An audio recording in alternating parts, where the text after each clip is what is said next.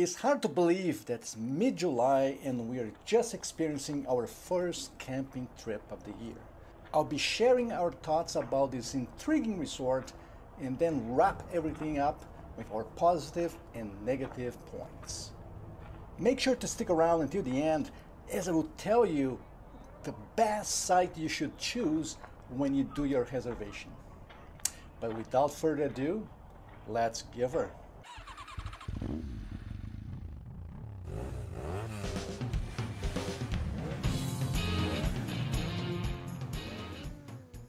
Hello YouTube land, welcome back to the channel. I'm Eddie and this is my channel, Windy Therapy.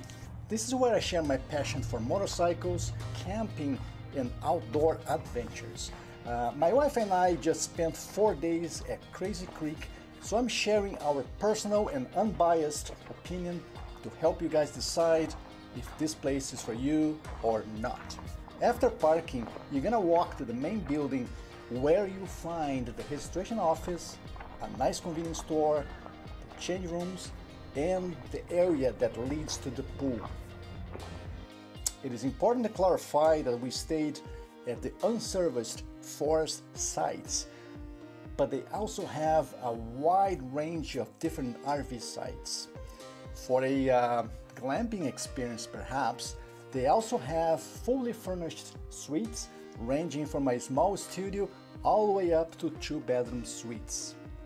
Don't worry, I'll be listing their website, pricing and all the other information you may need in the description down below. But let's talk about sites, shall we? The unserviced forest sites are nice, private and very shady. As you can see, the RV area is large, but shade and or privacy will depend to each site you're assigned to.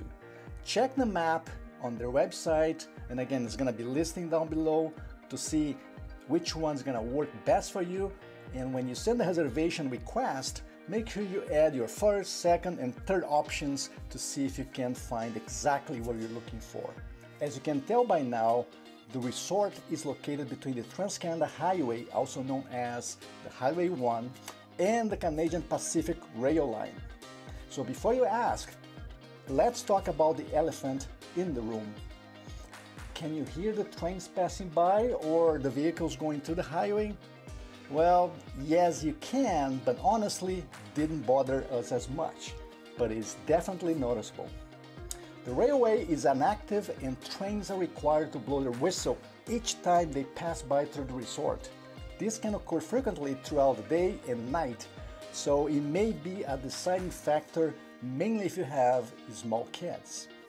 Thankfully, these tend to stop between 10 to 11 o'clock at night. I'm not sure if this is always the case, but that was our experience in the last 4 days and 3 nights that we spent there. Something that tends to confuse or perhaps upset some campers in the social media is the fact that you have to pay for the pools separately. I get it. It may not be convenient, but honestly, it does make sense. Adding the pool admission fee to the daily campground rate, it would probably make the camping experience unaffordable, plus not everyone will be using the pools. Hence, the pool admission is optional. It can be paid by day or even multiple days, and they also have family passes, so you need to see what's more cost effective for your own particular situation. For the 3 nights that we spent there, it cost us about $110 Canadian for my wife and I. So it's more or less $18 per person per night, plus the $36 per night for our campground. Yes, the pools are definitely not cheap, but hey, they are very, very nice. They have 3 hot pools and a cold one. Each pool has a different temperature, so you can find whatever suits you best. You can indulge yourself in a 32, 34 or 30 degrees Celsius, or jump into the plunge pool at 8 degrees Celsius to just cool you down. Something that I didn't realize on the first day is the fact that the pools aren't really hot springs, but rather glacier water that's actually heated on site. You still get the benefits of all the minerals in hot springs. However, here you don't have the nasty smell of sulfur. The pools are definitely the main selling feature of this campground. The change rooms are big, clean, and they have lockers available, but make sure you bring your own lock, otherwise you're gonna have to pay extra to rent those. Towels are also available for a fee. For those who love walking or hiking, this site has a small trail around it, but for those willing and prepared for longer hikes, there are no limits as far as where you can go and see. Another highlight has to be the Crazy Creek waterfall, which is just a few minutes outside the campground. But please be mindful that they run separately from the resort, therefore there's a small fee to access it. If I'm not mistaken, it was about $10 per person. So here are the positive and negative feedback. As far as the positive points, of course, the main one has to be the pools. They have 4 different sizes, 4 different temperatures really. Super friendly staff, very clean change rooms and bathrooms, a lot of shade, mainly in the unserviced sites. I find that the lots are actually pretty big for tents or pop-up campers or small C-classes or RVs. It's very close from the Crazy Creek waterfall. It probably takes less than 10 minutes walk to get there, but don't forget it has to be paid separately. And a well-stocked convenience store. You can find ice, firewood, some food, ice cream, and the prices are actually very reasonable. As far as negative points, I have to say that it would be nice to have umbrellas available at the pool deck.